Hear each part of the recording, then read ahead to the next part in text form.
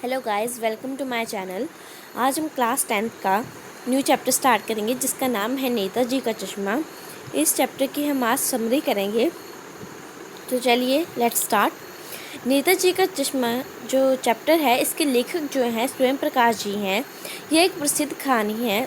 प्रस्तुत कहानी में जो है हवलदार साहब के बारे में बताया है। वो हर 15वें दिन के बाद कंपनी के सिलसिले से काम से बाहर जाया करते थे, तो वो एक कस्बे से गुजरता करते थे। कस्बा बहुत बड़ा नहीं था।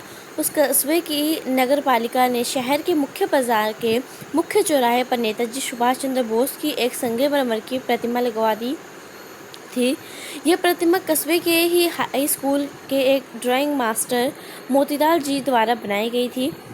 मूर्ति बहुत सुंदर नहीं थी, केवल एक चीज़ की कमी थी, नेताजी की आंखों पर चश्मा नहीं था। ये यहाँ पर जो है बताया गया है कि एक वहाँ पर उस कस्बे के पास जो था एक नगर पालिका थी, और वहाँ पर उस नगर पालिका के मुख्य चौराहे पर नेताजी सुभाष चंद्र बोस की एक संगमरमर की मूर्ति थी, जो एक ड्राइंग मास्टर ने बनाई हुई थी। जो वहाँ पे एक हाई स्कूल था, उसके ड्राइंग मास्टर ने एक संगमरमर की मूर्ति बनवाई हुई थी।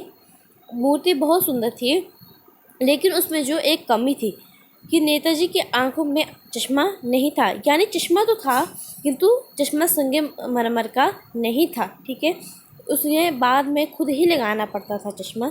एक सामान्य के चश्मे का चौड़ाकार फ्रेम को पहना दिया था। हवलदार साहब को यह तरीका पसंद आया। दूसरी बार जब हवलदार साहब कस्बे से गुजरे तो मूर्ति में कुछ अंतर दिखाई दिया। ध्यान से देखा तो पाया कि चश्मा दूसरा था। तो हवलदार साहब हर 15 दिन के बाद जब चौराहे से गुजरते थे, तो वो नेताजी सुभाष चंद्र बोस की मूर्ति को देखा करते थे।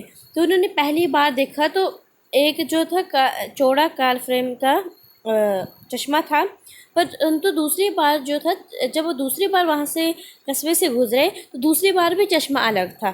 ध्यान से देखा तो चश्मा दूसरा था। तीसरी बार फिर नया चश्मा था। हवलदार साहब हर बार कस्बे के चौराहे पर रुक पाने खाते थे, और यहाँ पे पाने नहीं है, पान है, पान खाते थे और उस मूर्ति को देखते थे, फिर चले जाते थे।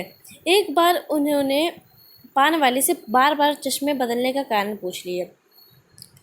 जब वो हवलदार साहब थे, वो कस्बे के चौराहे के पास रुक जाते थे, पान की दुकान के पास, और वहाँ पर जो था वो मूर्ति को देखते रहते थे और फिर चले जाते थे।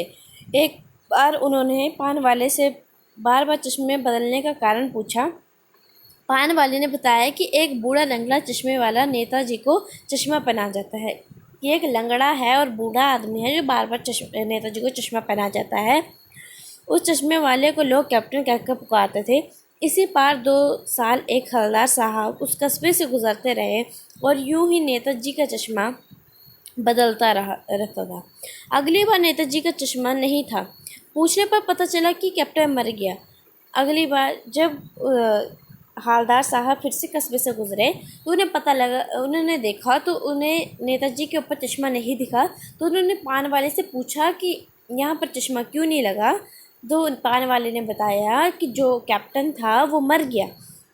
ठीक है, फिर अगली बार हवलदार साहब ने उस कस्बे में रुककर पान खाने की इच्छा भी डाल दी।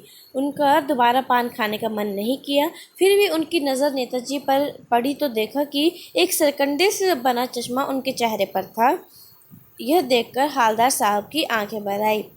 मतलब जब वो कैप्टन मर गया था, उसके बाद भी जब अगली बार जब हवलदार साहब एक बार उनकी नज़र जब फिर से नेताजी के चश्मे पर पड़ी, तो उन्होंने देखा कि वहाँ पर एक सरकंडे का चश्मा है।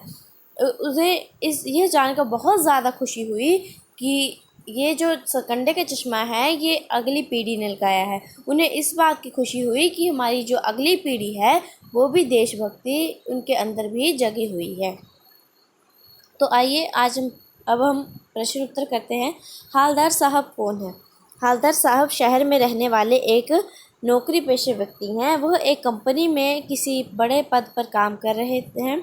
अक्सर काम के सिलसिले में उन्हें शहर से बाहर जाना पड़ता है। जो हवलदार साहब हैं वो एक नौकरी पेशा व्यक्ति है, भाई नौकरी करने वाला व्यक्ति है। वह एक कंपनी में किसी बड़े पद पर काम करते हैं। अक्सर काम के सिलसिले में उन्हें शहर से बाहर जाना पड़ता है। मूर्तिकार का क्या नाम था और उनसे उसने चश्मा क्यों नहीं बनाया? मूर्तिकार का नाम था मोतीलाल। जो ड्राइंग मास्टर था वो था, उसका नाम था मोतीलाल। वास्तव में मूर्ति बनाते समय जो था मास्टर जो मोतीलाल था उस नेताजी के चेहरे पर चश्मा लगाना भूल गया था। कस्बे की नगर पालिका क्या काम करवाया करती रहती थी? कस्बे की नगर पालिका हमेशा कुछ ना कुछ काम करवाती ही रहती थी।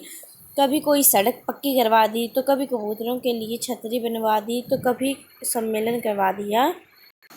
इसी प्रकार नगरपालिका के बोर्ड ने एक बार नेताजी सुभाष चंद्र बोस की एक संगमरमर की प्रतिमा लगवा दी। अगला क्वेश्चन, नेताजी की मूर्ति में क्या कमी रह गई थी?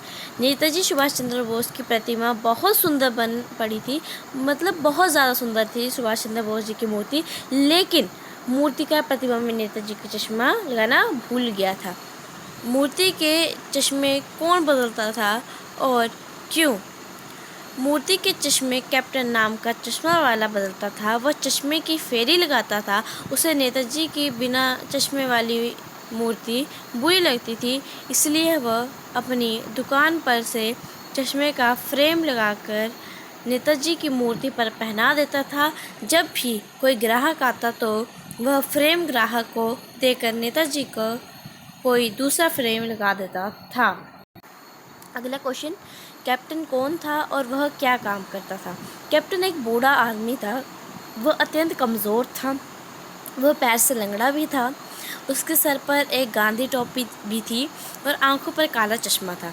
एक हाथ में एक छोटी सी सदुकच्ची थी। वह चश्मा बेचने का काम करता था।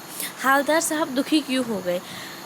पान वाला जो था वो कैप्टन की हंसी उड़ाता था, जिसे सुनकर जो हवलदार साहब थे वो दुखी हो जाते थे। उन्होंने सोचा कि अपने देश की खातिर घर गृहस्थी ज़िंदगी त्याग कर देशभक्तों पर हंसने वाले देश और देशवासियों की कभी उन्नति नहीं हो सकती। उन्हें जो बुरा लगता था जब वो उनका जो पान वाला था वो कैप्टन का मजाक उड़ाता था। नेताजी का चश्मा कहानी के माध्यम से लेखक क्या संदेश देना चाहता है?